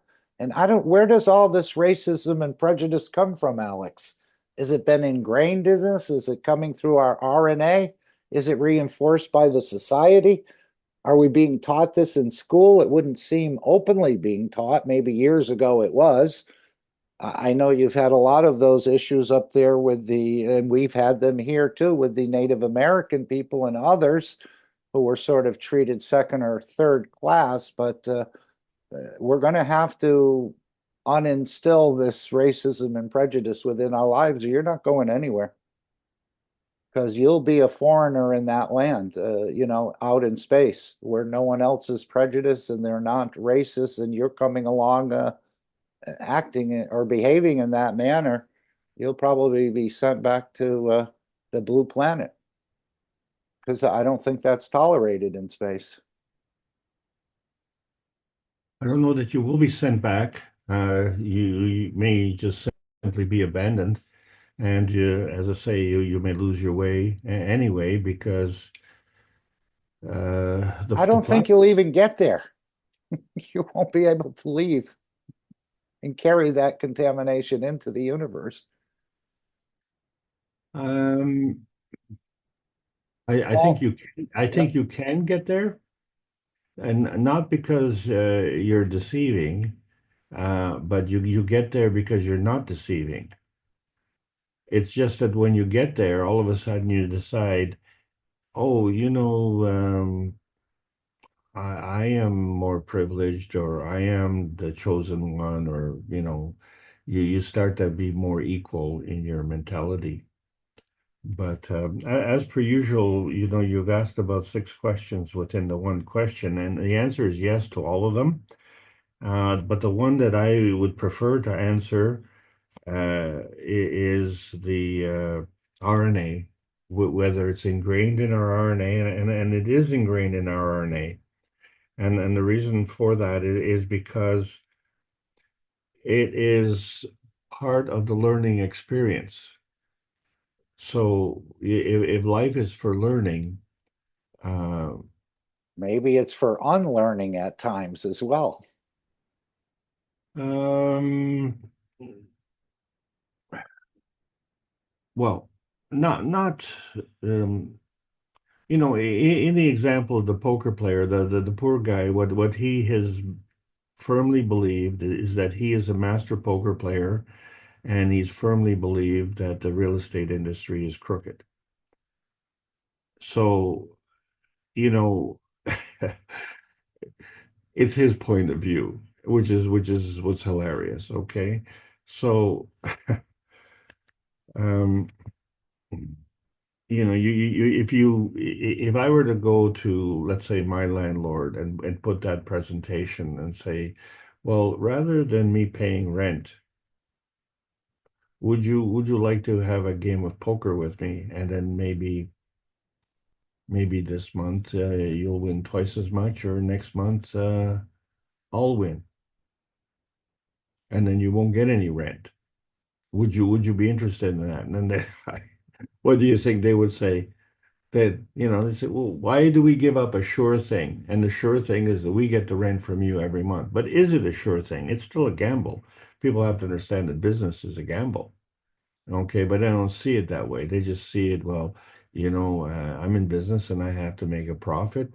And once I've created that pattern, then I need to expect that. So it becomes a sure thing. Well, no, it's not a sure thing. And this is where the misconception comes in with the plasma technology. They call the plasma technology disruptive technology because it will transform that sure thing that they call a business into a gambling thing like poker. And they don't want to do that without realizing that it is a gamble. And the disruptors are they. They are the disruptors because for the sake of their assuredness, right? For the sake of their stability, they are limiting the advent of the technology for everyone else. So they are putting themselves in a position of being more equal. And they can do that, I guess, as long as we allow it. And so that becomes the question, when will we change and do that? And so there are many schools of thought, and one of those schools of thought is for the immediate release of all the information. Uh, the problem there, of course, is that there are going to be a lot of people unemployed as a result. But it's a transition time, but there's still going to be a lot of unemployment. Yeah, he said if he releases the technology, immediately the website, if he starts teaching it in the teachings, he said immediately the website will be gone and then he'll be gone. So it has to be done this right way, and we need a government to come forward and to step forward. And he's, in a way, depending on Iran to start sharing this technology, or at least a piece of it to start with. But it's got to come from a stronger, in a way, a bigger entity. I know he said, in a way, we didn't need the governments, but at the same time, he's also said we need the governments to bring this out.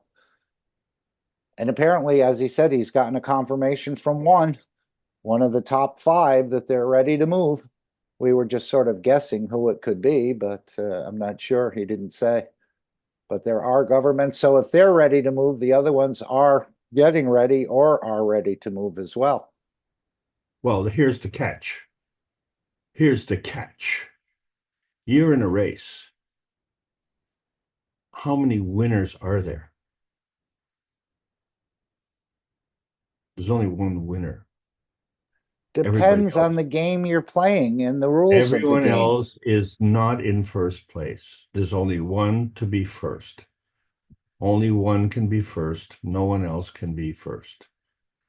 Once the first one declares, everyone else is not first. And so it's confounding to me that all of these who want to jump the queue, get to the front of the line, are reluctant to step forward to the front of the line.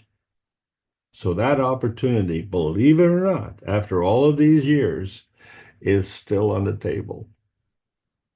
And everyone wants that Holy Grail, and everyone wants that ring, and everyone wants that trophy.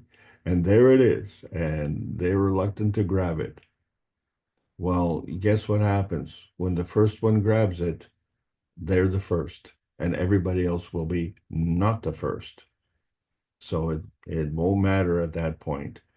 So whoever comes in second or whoever comes in ninth, they will not be Still first. equal to the first. No, this is the equalizing. It's like the BRICS nations, where Mr. Kesh called it a win-win policy, this one belt, one road initiative by the Chinese. Maybe not perfect, but it's more of a win-win both for the nation and for the ones putting it forward.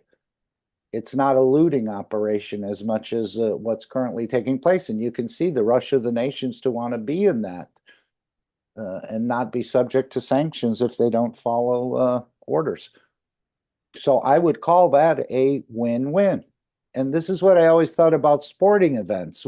We won't have winners and losers, especially if it's by 1 point or one touchdown where the other team feels dejected and the other team is elevated and we're better than you. Why not watch for the beauty of the game, the beauty of the plays, the interaction of the player? And then they all hug each other after, and what a great game, and the rest of this, and so I always thought we should have a sporting with a win-win, but of course that would kind of upset the Well, this betting is cart, wouldn't it? well, this is where the intention comes in. So, they say, well, the game was ugly, but our team won. But what you're saying is if the game was beautiful, then everybody would be a winner. Well, here's the point. The quality of the game improves with the beauty. Everything improves with the beauty. Yes. And so that beauty doesn't extend, it isn't limited by the players, but it extends to all the players on both teams, and it extends to the fans as well. And, And the fans need it, Alex, because sometimes they get quite tumultuous in these stands. well, if you go home and you say, well, how was the game? And they say, oh, the game was lousy, but we won. Well, you don't seem very happy. Yeah, well, I had to pay top dollar to watch a game that wasn't even of the quality that we have in our pickup game on the weekend. And I'm an amateur, you know. Yeah. And so it came down to it, I I I actually am bragging now. I must admit I was trying to instill that when I was coaching minor soccer, and I had a group of 12-year-olds, and our goal was to go to the championship, and we got there. And we cleaned up all the way to get there, and the year before we were in last place, and I took them to first place, and we got to the championship, and everything was great. And then when we got there, we got our clocks cleaned by a team that was more skillful. And at the end of the game, there was a funny thing. We were taking team pictures, and someone said, "Oh yeah, so you guys won?" And then we said, "No, no, we lost." And you lost? I said, who won? And we pointed to the other team, and he said, well, they look like they lost. Your team looks like they won. Well, yeah, because we had a lot of fun. And then the players told me years later, when I see them, oh, that was one of the best experiences we had. Do you remember the Nice. score? Oh, I think we lost. But But it didn't matter because we were playing with a different kind of intention.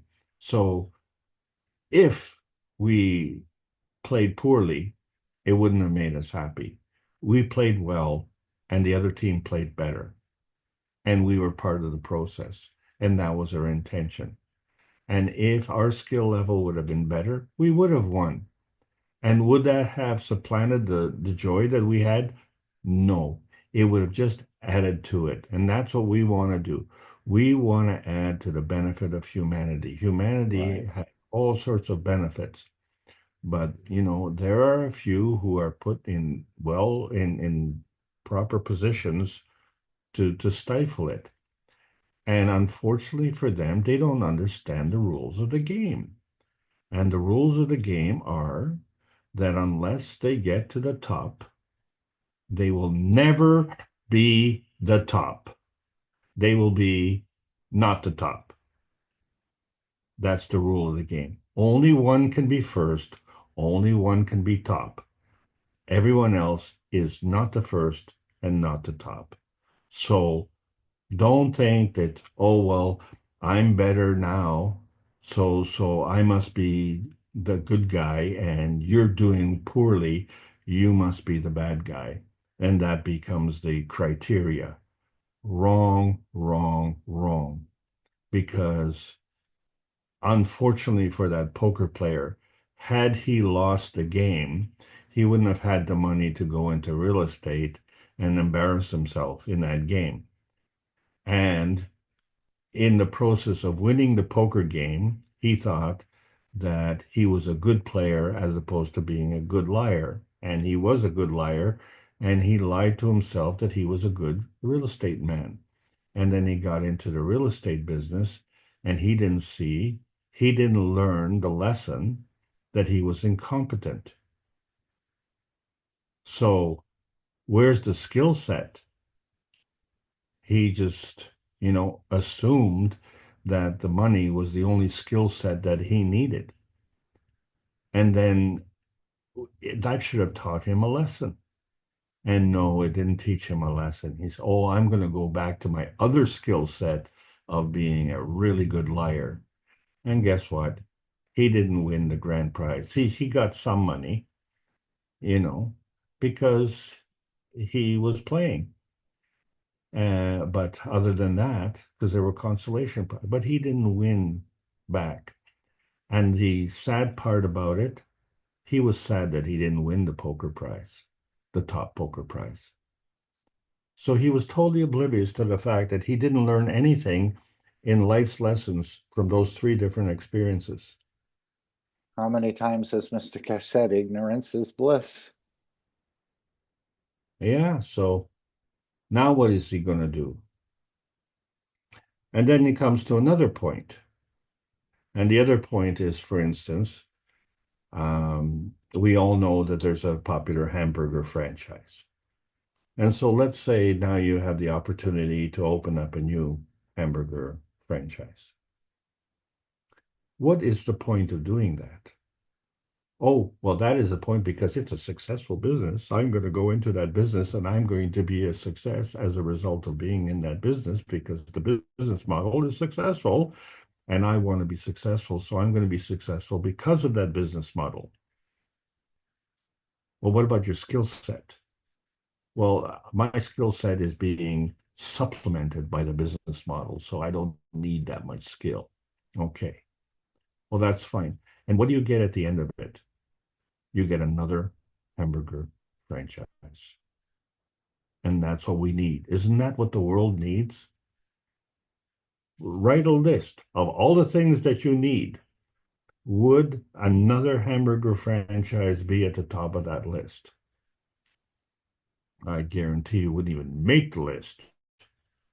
You'd need many pieces of paper just to get it on a list. There are a lot of things that we need in life. And when you're in outer space and you decide to be more equal, you will find that you'll be very lonely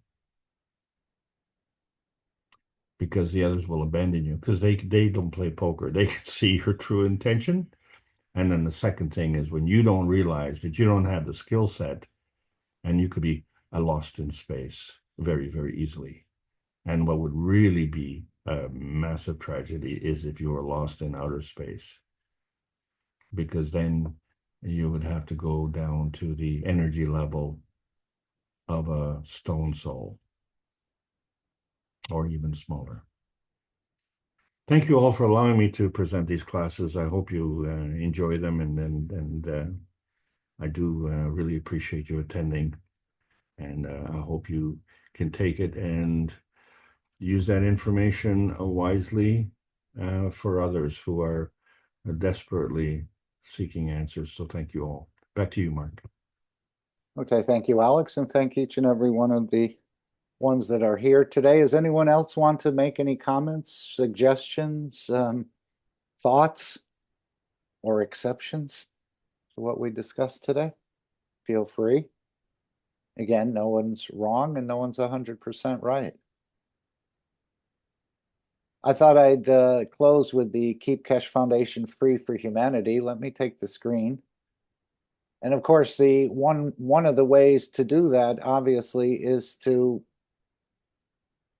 support the Keshe Foundation store. Sorry, I pressed the wrong button here.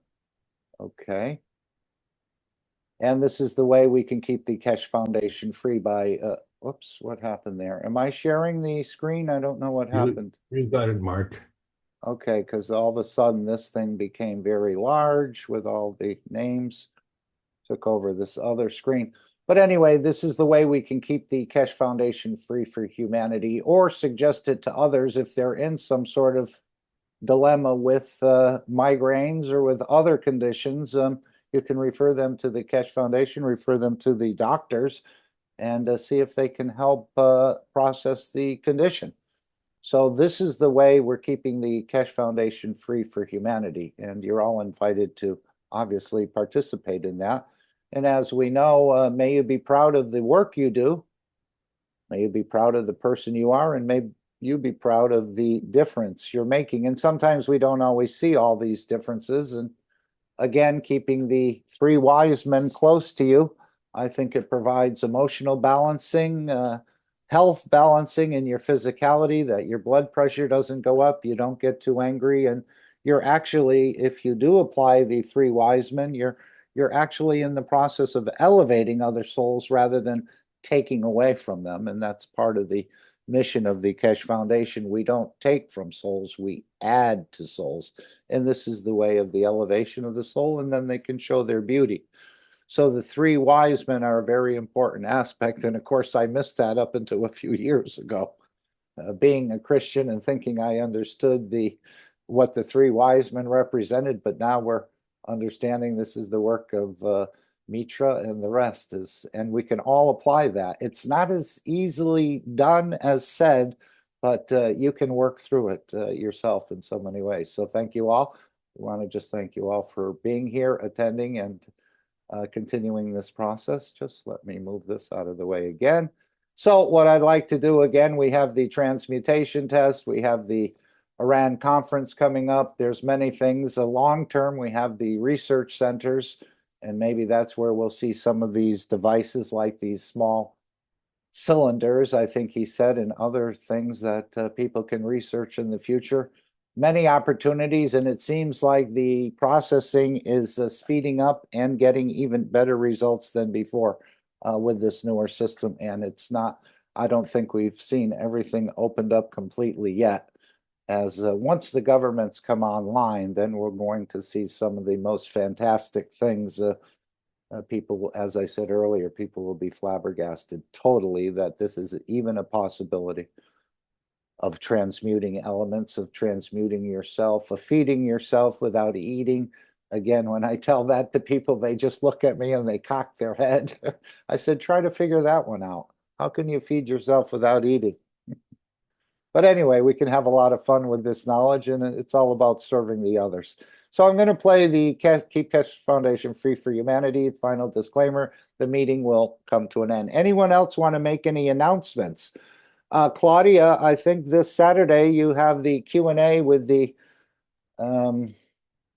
Isn't it the Marie, first? yes. Yes, with Marie, the first Saturday of every month. And you can find that. She'll always put this in Telegram. You can link up on the channels and join and support that meeting as well. Again, we're all carrying a very small piece of the very large carpet. So thank you all. Thank you, Alex. And we will see you in the next meeting, or maybe next week, or wherever you decide to be part of the Keshe Foundation. But I don't think there's a better place to be. Personally, I can't find anything better to do at this point than to be in and around the Keshe Foundation. So thank you all. Have an amazing rest of your day, and we'll close here.